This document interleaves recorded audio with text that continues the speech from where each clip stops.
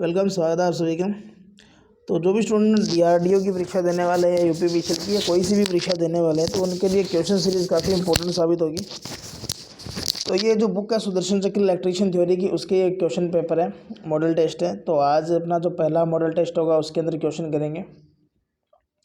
तो पहला क्वेश्चन देखो आपको क्या दिया गया है, और इस मॉडल पेपर के अंदर 100 क्वेश्चन रहेंगे, जिसमें से आज अपने कुछ क्वेश्चनों को हल करेंगे, आधे क्वेश्चन को हल करेंगे।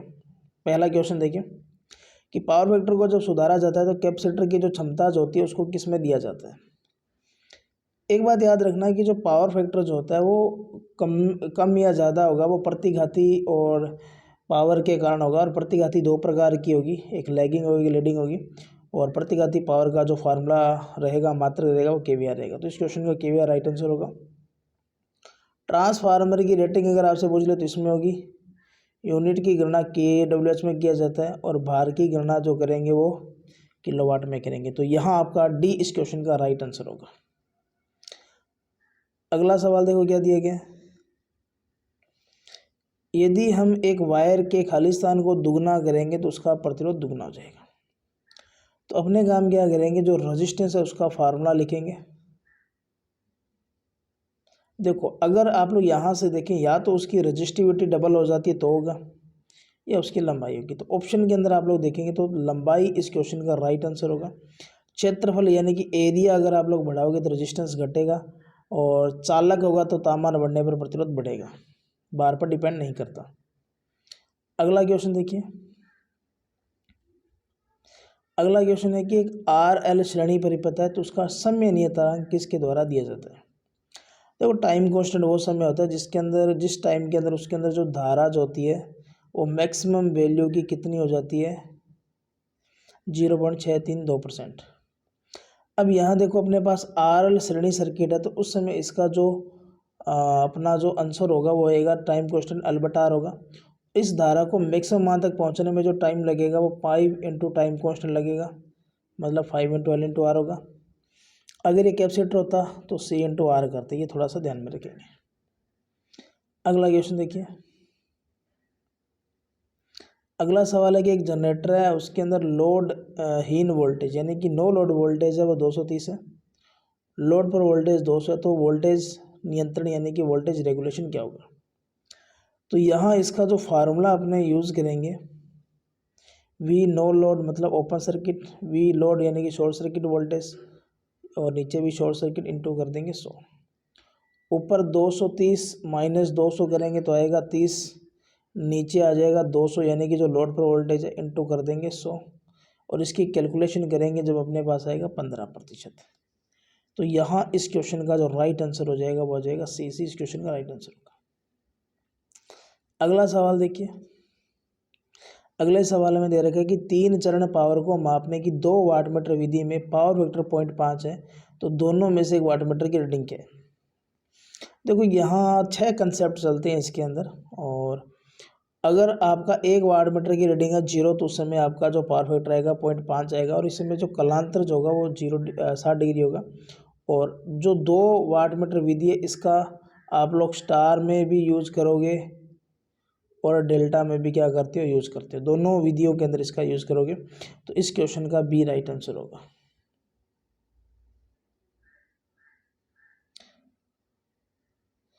अगला सवाल देखो।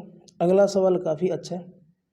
किसी प्रणाली में नकारात्मक फीडबैक को जोड़ना क्या होता है। नकारात्मक मतलब क्या होगा कि नेगेटिव फीडबैक। एक ध्यान रखना, फीडबैक 2 प्रकार का होगा, एक पॉजिटिव होगा और एक नेगेटिव होगा। पॉजिटिव जो होता है वो ऑसिलेटर में यूज़ करते हैं, नेगेटिव जो होता है वो यूज़ करते हैं अपने एम्पलीफायर के अंदर।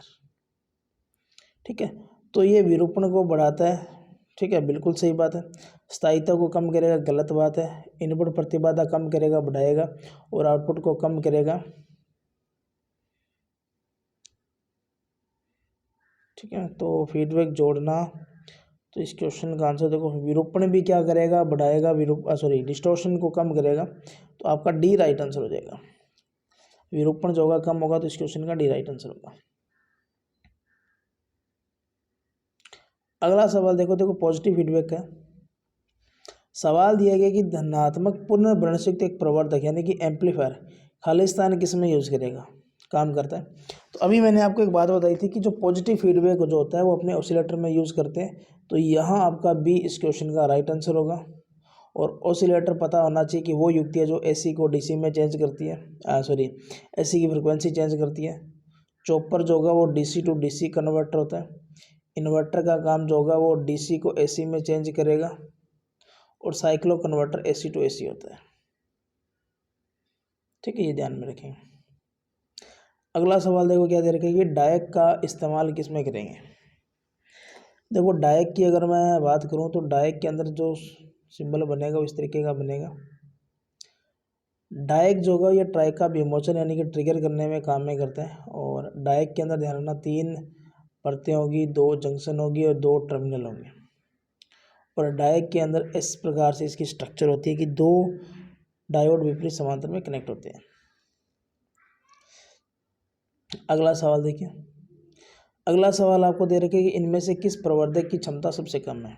देखो क्लास ए की जो मैक्सिमम होती है वो 50% होती है। बी की अगर मैं बात करूँ तो 78.5 होती है। ए बी की बात करूँ तो 50 से लेकर के 78.5 के बीच में होगी। और सी की अगर मैं बात करूँ तो 78.5 से क्या होती है, ज़्यादा। तो यहाँ आपको जो सबसे कम पूछा गया तो सबसे कम एफिशिएंसी जो होगी वो क्लास ए एम्पलीफायर की होगी। अगला सवाल देखिए। अगला सवाल में दे रखे कि आईजीबीटी एक प्रकार का क्या है। तो देखो इसका नाम से पता चल रहा है, आई का मतलब होगा इंसुलेटेड, गेट, बाइपोलर, ट्रांजिस्टर। तो ये ट्रांजिस्टर है, ध्यान में रखेंगे। इसका जो सिंबल बनेगा वो इस तरीके का बनेगा। और 3 इसके अंदर टर्मिनल होंगे, 4 परतें होगी, 3 जंक्शन होगी। और ये अपना इसका सिंबल रहेगा।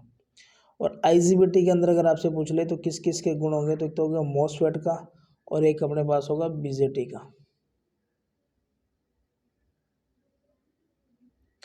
अगला सवाल देखो क्या दे रखे।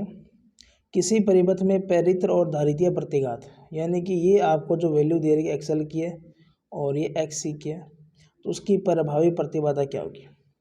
देखो जो जड़ अगर एल और सी लगा है तो उस समय इन दोनों का अंतर होगा, जो बड़ा होगा उसमें छोटा घटा देंगे। तो 8 में बड़ा है, 6 छोटा है, तो 8 में से जब 6 जाएगा तो यहाँ बचेगा 2। 2 इस क्वेश्चन का राइट आंसर होगा। अगला सवाल है कि टेस्ला जो होती है वो किस प्रकार की कुंडली है। तो टेस्ला जो होती है इसका इस्तेमाल हाई फ्रिक्वेंसी वाला जो रेजोनेंट ट्रांसफार्मर जो होता है वहाँ किया जाता है। तो आप लोगों का यहाँ इस क्वेश्चन का जो आंसर होगा वो सी इस क्वेश्चन का राइट आंसर होगा। अगला सवाल अच्छा क्वेश्चन है। अगला सवाल है कि मानक तार मापक यानी कि SWG बात कर रहे हैं, SWG की कि अधिकतम माप सीमा क्या संभव है। देखो इसकी जो रेंज होती है वो 0 से 36 होगी। तार का व्यास मापेगा वो mm में मापेगा। और किस तार का व्यास नहीं माप सकते तो वो ध्यान रखना एल्यूमिनियम का नहीं माप सकते। तो आपका यहाँ इस क्वेश्चन का डी राइट आंसर होगा। अगला सवाल है कि कॉपर परमाणु की सोजी कक्षा में कितने इलेक्ट्रॉन होंगे। देखो कॉपर का परमाणु क्रमांक होता है 29। और इलेक्ट्रॉन का जो फार्मूला यूज़ करते हैं वो यूज़ करेंगे ये। तो पहली कक्षा में 1 होगा, दूसरी कक्षा में 8 होंगे, तीसरी में 18 होंगे, पहले में 2 होंगे और लास्ट कक्षा जो बचेगी उसमें 1 होंगे। तो अंतिम कक्षा के जो इलेक्ट्रॉन होंगे उनको सोजी इलेक्ट्रॉन भी कहा जाता है। तो आपका राइट आंसर 1 हो जाएगा। अगला सवाल है कि इंसुलेशन प्रतिरोध की इकाई क्या है। तो देखो इंसुलेशन जो होता है वो मेगर से मापते हैं। और मेगर जो होता है आपको पता है कि मेगा ओम के अंदर रेजिस्टेंस मेजर करेगा।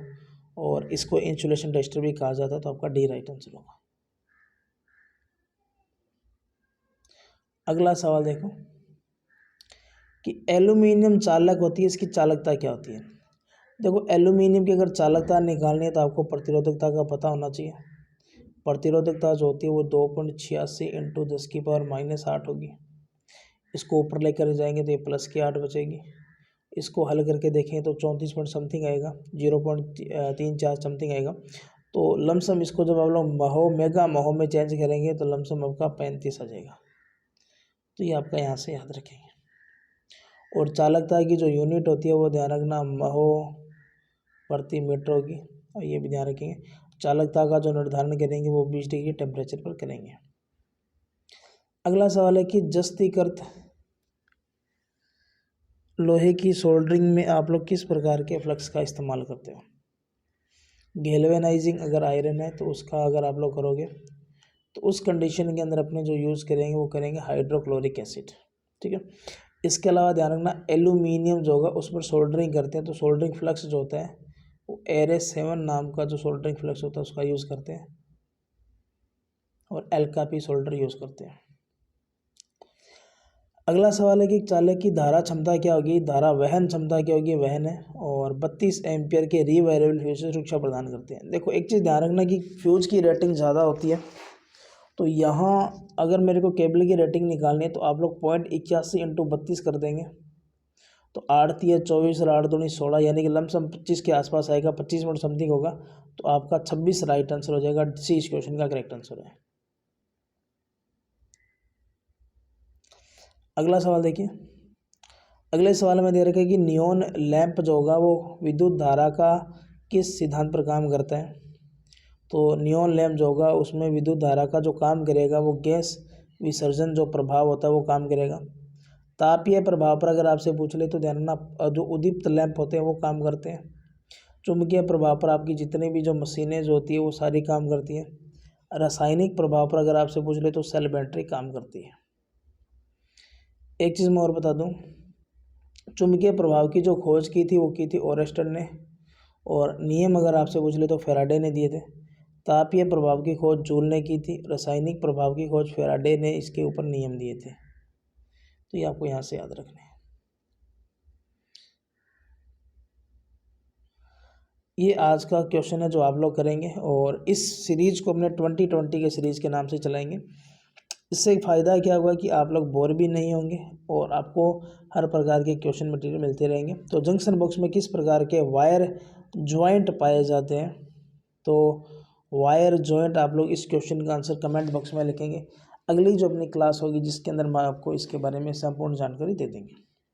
तो क्लास अपने छोटी ही रखेंगे ताकि आप लोग वीडियो को भी पूरा देखें और आपको हर बार नई चीज़ें देखने को मिले। तो मिलेंगे अपने नेक्स्ट सेशन में, तब तक के लिए धन्यवाद। जय हिंद, जय भारत।